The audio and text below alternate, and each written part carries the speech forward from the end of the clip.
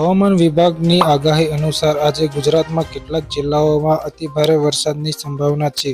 ઉત્તર દક્ષિણ ગુજરાતમાં અતિભારે વરસાદની આગાહી કરવામાં આવી છે.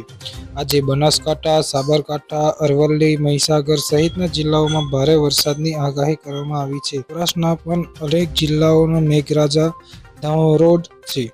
તેમજ વડોદરા, આણંદ, પંચમહાલ, દાહોદ પણ ભારે વરસાદની શક્યતાઓ છે. આ ઉપરાંત રાજકોટ, જામનગર, પોરબંદર, જૂનાગઢ, અમરેલી, ભાવનગર ભારે વરસાદની આગાહી કરવામાં આવી છે.